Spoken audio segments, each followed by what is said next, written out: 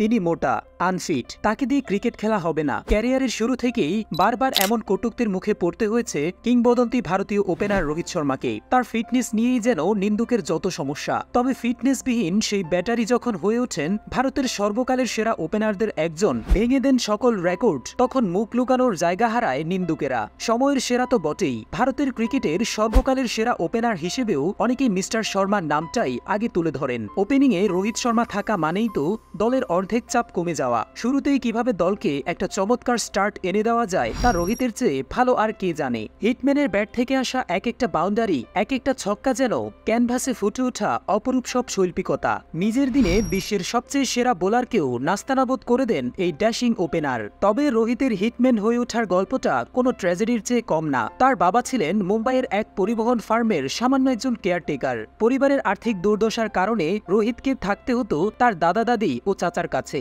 1999 সালে মামার টাকায় রোহিত একটি ক্রিকেট ক্যাম্পে যোগ দেন। সেখানেই কোচ দীনেশ লাডের চোখে আটকে যায় তার উপরে। দীনেশ লাডের চাওয়াতেই ক্রিকেটকে ক্যারিয়ার হিসেবে বেছে নেন রোহিত শর্মা। মজার বিষয় হলো তার ক্রিকেট ক্যারিয়ারের শুরুটা হয়েছিল একজন স্পিনার হিসেবে। তবে একজন বোলার হয়েও গোয়ালিয়রের দেওধর ট্রফিতে 123 এবং 142 রানের চমৎকার দুটি ইনিংস হাঁকিয়ে রোহিত চলে আসেন লাইমলাইটে। সেই সুবাদে আইসিসি চ্যাম্পিয়ন্স ট্রফির জন্য করা ভারতের 30 সদস্য দলের তালিকায় জায়গা পেয়ে যান রোহিত শর্মা। যদিও সেই টুর্নামেন্টে মাঠে নামানো হয়নি তাকে। 2006 সালে নিজের অভিষেক রঞ্জি ট্রফিতে 205 রানের একটি ম্যাজিক্যাল ইনিংস খেলে আবারও নিজের জাত চেনান রোহিত। তাছাড়া 2009 সালে গুজরাতের বিপক্ষে হাঁকানো তার 309 রানের ইনিংসটি রঞ্জির ইতিহাসে সর্বকালের সেরা ইনিংসগুলোর মধ্যে একটি। 2007 সালে আয়ারল্যান্ডের বিপক্ষে ওয়ানডে ম্যাচে প্রথমবারের মতো আন্তর্জাতিক অভিষেক হয় মিস্টার শর্মার। যদিও নিজের অভিষেক ম্যাচেই ব্যাটিংয়ে নামার সুযোগ পাননি তিনি। তবে সময় গড়ানোর সাথে সাথে ভারতীয় স্কোয়াডে তার ব্যাটিং পজিশনে উন্নতি হতে থাকে।